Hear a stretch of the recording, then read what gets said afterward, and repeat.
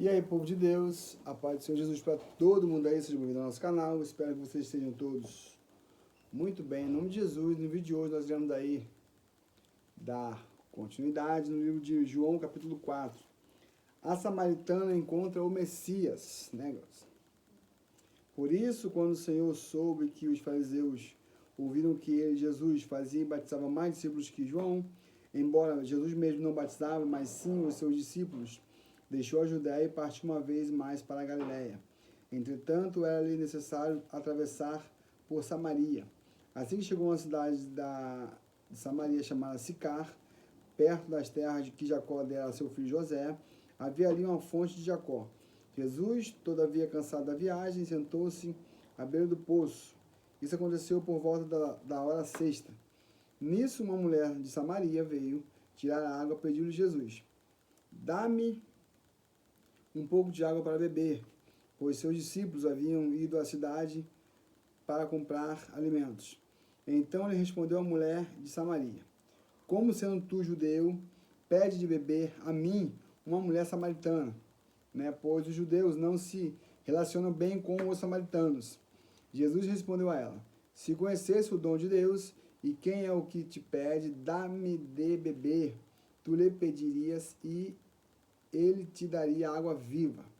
Indagou-lhe a mulher: Senhor, tu não tens com o que pegar água, e o poço é fundo, mas tu podes conseguir essa água viva? Acaso tu és maior do que nosso pai Jacó, que nos deu o poço, do qual ele mesmo bebeu, e bem assim seus filhos e seu gado? Jesus afirmou-lhe: quem beber dessa água terá sede outra vez. Aquele, porém, que beber da água que eu lhe der, nunca mais terá sede. Ao contrário, a água que eu lhe der tornar-se-á uma fonte de água jorrando para a vida eterna. A mulher lhe pediu: Senhor, dá-me dessa água para que eu não tenha mais sede, nem precise voltar aqui para tirar água. Pediu-lhe Jesus: vai, chama teu marido e volte aqui. Confessou-lhe a mulher: não tenho marido. Replicou-lhe Jesus: respondeste acertadamente ao dizer que não tens marido, pois 5 maridos já tiveste, e esse homem com quem tu agora vives não é o teu marido. Quanto a isso, falaste a verdade. Reconheceu a mulher: Senhor, eu percebo que tu és um profeta. Nossos pais adoravam sobre este monte, mas vós, judeus, dizeis que Jerusalém é o lugar onde se deve adorar. Declarou Jesus à mulher: mulher, podes crer-me, está próxima a hora quando nem neste monte, nem em Jerusalém, adorareis o Pai. Vós adorais o que não conheceis, nós adoramos o que conhecemos, porque a salvação vem dos judeus. Mas a hora está chegando e de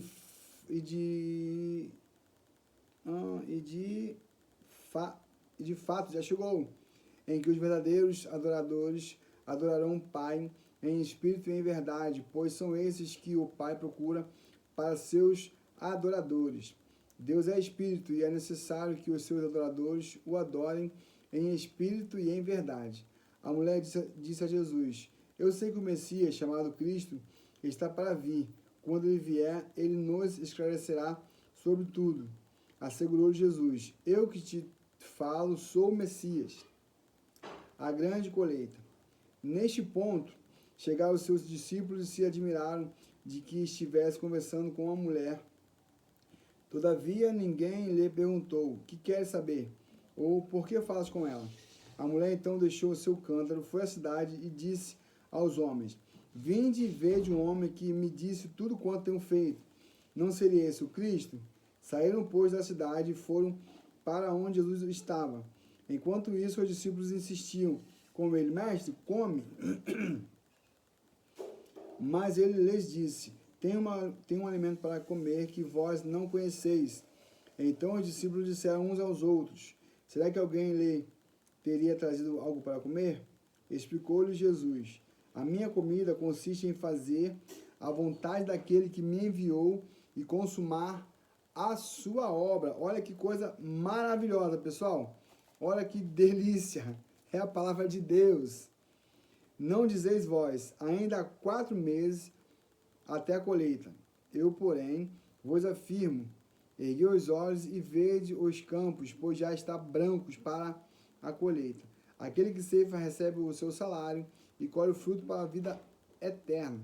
E assim se alegram juntos o semeador e o cefeiro. Dessa forma, é verdadeiro ditado: um semeia e o outro colhe. Eu vos enviei para ceifar o que não plantaste. Outros realizaram o cultivo e vós usufruíste do labor deles. O Salvador do mundo.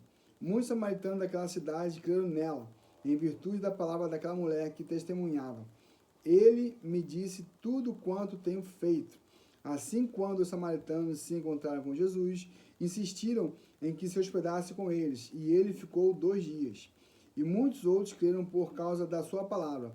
Então disseram à mulher: agora cremos, não somente por causa do que tu falaste, mas porque nós mesmos o ouvimos e sabemos que este é verdadeiramente o Cristo, o Salvador do mundo.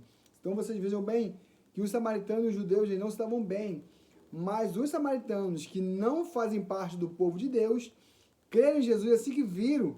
E os sumos sacerdotes, os mestres da lei, os fariseus, não. Foram eles que mataram Jesus, crucificaram. Enquanto as pessoas que não são da igreja, vamos dizer assim, é que creram e estão entrando no reino de Deus, enquanto nós estamos falando para trás. Me perdi, mas me achei. Jesus é bem recebido na Galileia. Depois daqueles 2 dias, ele partiu dali para a Galileia. O próprio Jesus havia testemunhado de que um profeta não tem honra em sua própria terra. Assim, quando chegou à Galileia, os galileus o receberam bem, porque viram todas as coisas que ele fizera em Jerusalém por ocasião da festa, a qual eles também tinham comparecido, a cura do filho de um oficial. Então Jesus voltou mais uma vez a Caná da Galileia, onde transformara a água em vinho, e ali havia um oficial do rei, cujo filho estava doente em Cafarnaum. Quando ele ouviu que Jesus havia chegado a Galileia, vindo da Judéia, dirigiu-se até ele e lhe implorou que descesse para curar seu filho, que estava a ponto de morrer. E Jesus lhe disse: a menos que vejais os sinais e maravilhas, nunca crereis. O oficial do rei disse a Jesus: Senhor, desce antes que o meu menino morra. Assegurou Jesus: pode seguir, o teu filho vive. O homem acreditou na palavra de Jesus e partiu. E quando estava descendo a caminho, seus servos vieram ao seu encontro e lhe deram a notícia: teu filho vive. Então inquiriu deles a hora em que o menino havia melhorado. E eles lhe disseram: ontem, à hora 7ª, a febre o deixou. Assim o pai reconheceu ser aquela mesma hora em que Jesus lhe dissera: o teu filho vive. E creu ele e todos os que viviam em sua casa. Esse foi o segundo sinal realizado por Jesus depois que veio da Judéia para a Galiléia. A cura do homem de Betsaida, João capítulo 5. Algum tempo depois havia uma festa dos judeus e Jesus subiu para Jerusalém. Existe em Jerusalém, perto do Porto das Ovelhas, um tanque chamado em hebraico Betesda, tendo 5 pavilhões. Nestes ficavam grandes multidões de enfermos, cegos, mancos e paralíticos, esperando pelo movimento das águas. De certo em certo tempo, descia um anjo do Senhor e agitava as águas. O primeiro que entrasse no tanque, depois de agitadas as águas, era curado de qualquer doença que tivesse. Estava ali um certo homem enfermo, havia 38 anos. Quando Jesus o viu deitado e sabendo que estava assim havia muito tempo, perguntou-lhe: queres ser curado? O homem enfermo queixou-se: Senhor, não tenho ninguém que me ponha no tanque quando a água é agitada, pois enquanto estou indo, desce outro antes de mim. Ordenou Jesus: levanta-te, apanha o teu leito e anda. Imediatamente o homem ficou curado, pegou o seu leito e andou. E aquele dia era sábado. Por isso disseram aos judeus, aos que foram curados: é sábado e não te é permitido carregar o leito. O homem respondeu a eles: aquele que me curou ordenou-me: apanha o teu leito e anda. Então lhe perguntaram: quem é o homem que te disse: apanha o teu leito e anda? Mas o homem que havia sido curado não sabia quem era, pois Jesus tinha se retirado, sendo que havia uma multidão naquele lugar. Mais tarde, Jesus o encontrou no templo e lhe disse: vejo que já estás curado. Não voltes a pecar, para que não te aconteça coisa pior. O homem partiu e disse aos judeus que foi Jesus quem o havia curado. Honra o pai e a mãe. Por essa razão, os judeus perseguiam a Jesus e tentavam matá-lo, pois ele estava fazendo essas coisas durante o sábado. Mas Jesus respondeu a eles: meu pai continua trabalhando até agora e eu também estou trabalhando. Por isso os judeus ainda mais procuravam matá-lo, porque não somente violava o sábado, mas também dizia que Deus era seu pai, fazendo a si próprio igual a Deus. Retomando a palavra, explanou Jesus: em verdade vos asseguro que o filho nada pode fazer de si mesmo, pois mas somente pode fazer o que vê o pai fazer. Pois o que este fizer, o filho semelhantemente o faz. Porque o pai ama o filho e lhe mostra todas as coisas que realiza. E maiores obras do que estas lhe mostrará, para que vos maravilheis. Pois, assim como o pai ressuscita os mortos e os faz viver, assim também o filho dá a vida a quem ele desejar. Assim o pai a ninguém julga, mas confiou todo o julgamento ao filho, a fim de que todos honrem o filho exatamente como honram o pai. Aquele que não honra o filho, não honra o pai que o enviou. Em verdade vos asseguro, quem ouve a minha palavra e crê naquele que me enviou tem a vida eterna. Não entra em juízo, mas passou da morte para a vida. Mais uma vez, verdadeiramente vos afirmo, vem a hora e já chegou, em que os mortos ouvirão a voz do Filho do Homem, e os que ouvirem viverão. Pois, assim como o Pai tem a vida em si mesmo, igualmente outorgou ao Filho ter vida em si mesmo. E também lhe deu autoridade para executar julgamentos, porque é o Filho do Homem. Não vos admireis quanto a isto, pois está chegando a hora em que todos os que repousam nos túmulos ouvirão a sua voz, e sairão os que tiverem feito o bem para a ressurreição da vida, e aqueles que tiverem praticado o mal para a ressurreição da condenação.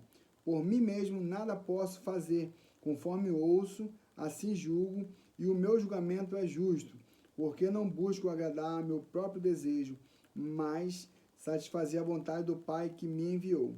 Se eu der testemunho acerca de mim mesmo, o meu testemunho não seria válido. Há outro que testemunha a meu favor, e eu sei que o seu testemunho acerca de mim é verdadeiro. Vós enviaste representante a João, e ele deu testemunho da verdade. Eu, entretanto, não busco o testemunho dos homens, mas digo essas verdades para que sejais salvos. Ele era uma candeia que queimava e iluminava, e vós quiseste, por um momento, rejubilar-vos à sua luz. Todavia eu tenho um testemunho maior do que o de João, a própria obra que o Pai me deu para consumar e que estou realizando, testemunha que o Pai me enviou. E o Pai que me enviou, ele mesmo testemunhou sobre mim. Jamais ouviste a sua voz, nem contemplaste a sua face. Igualmente não tendes a sua palavra habitando em vós, porque não credes naquele que ele enviou.